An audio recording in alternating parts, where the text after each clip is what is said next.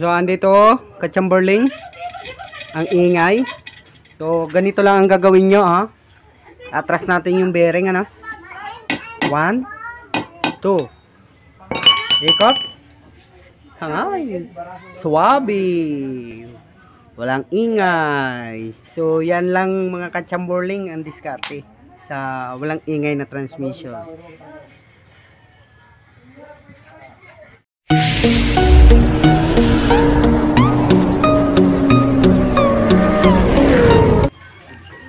Hello mga ka-chamberling, ngayon po may panibagong videos na naman tayo. So, in-overhaul ko siya kasi ang issue, maingay pag ipermera, segunda, tercera, kwarta. So, Badja 125 po siya, no? Yung modelo nila, yung may charging dito, yung stator drive siya. Kasi ang isa nito, unang labas, primary stator drive siya, no? Sa pangalawa, stator drive na siya. So, puro lahat ganito yung hitsura niya. So, yung isang 125, hindi po ganito ang hitsura niya. May bukod tangi doon na para sa primary natin. So, ang issue nito, yung sinabi ko pa lang, mga ka-chamberling, maingay siya pag ipermera, isingkonda, itersera, hanggang kwarta. Pero pag neutral, wala siyang ingay. So, chinik ko po lahat ng dapat i-check natin sa ingay na yon.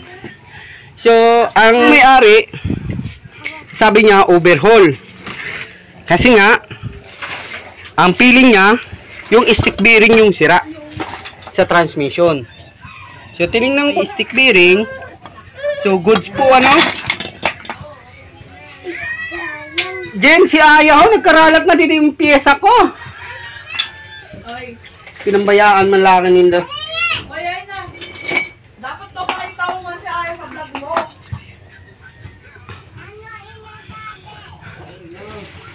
Ayang Ayaw, kinalat mo ng pyesa natin. Yan.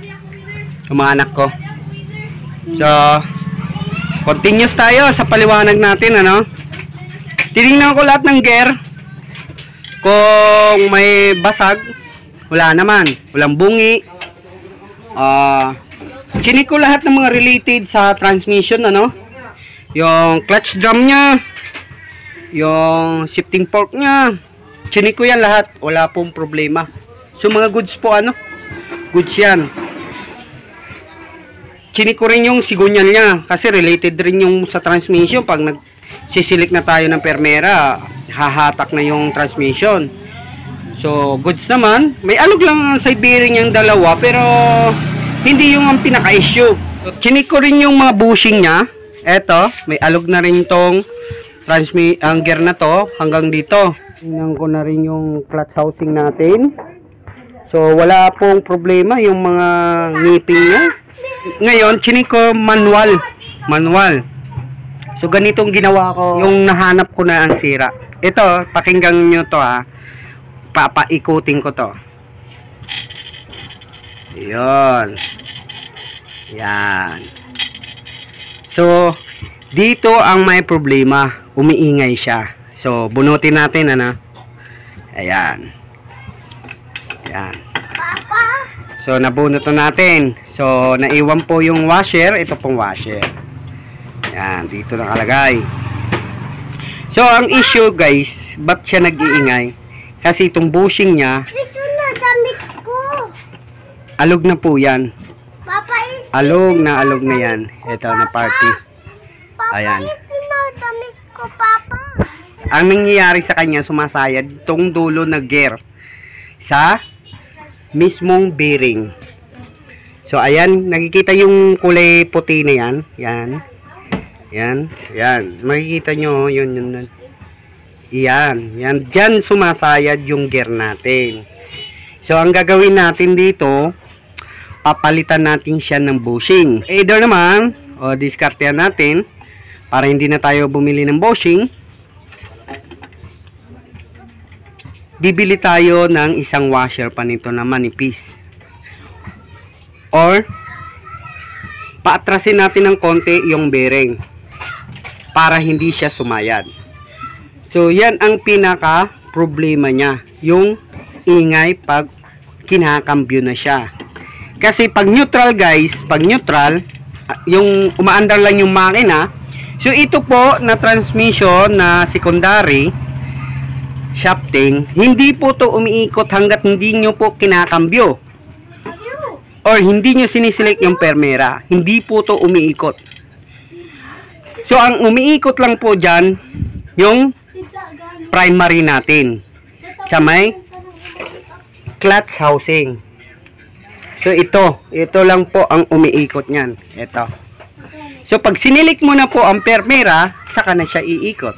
Ito na maririnig yung ingay. Ayan o. Yan. So napakaliit lang ng dahilan, pero mahirap hanapin kung hindi kayo matyaga.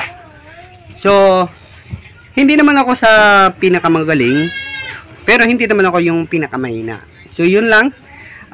Simbolin lang natin to, ano, basic lang yan. So ito, kung halimbawa ganito ang mangyari sa motor nyo, so may idea na po kayo na kung ano yung problema ng ingay ng motor nyo. So andito, ka-chamberling, ang ingay. So ganito lang ang gagawin nyo, ha. Atras natin yung bearing, ano. 1, 2, ikot.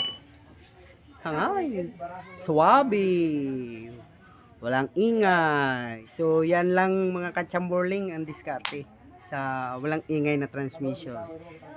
Natutunan ngayon sa konting tutorial natin ngayon. At huwag nyo naman kalimutan i-follow ang ating FB page at bisitahin ang ating YouTube channel. Subscribe na rin nyo. Yun, maraming salamat sa mga suporta nyo.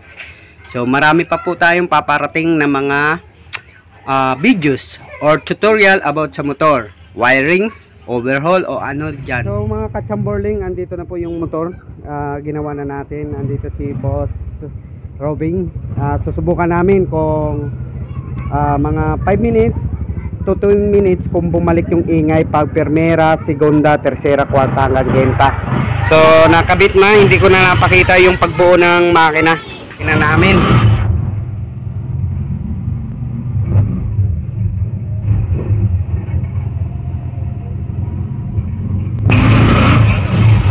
So ayan mga ka-chamberling. So wala, hindi bumalik yung ingay. So goods na po siya, no? So yun lang ang maingay, yung transmission niya, yung gear niya sumasayad sa bearing.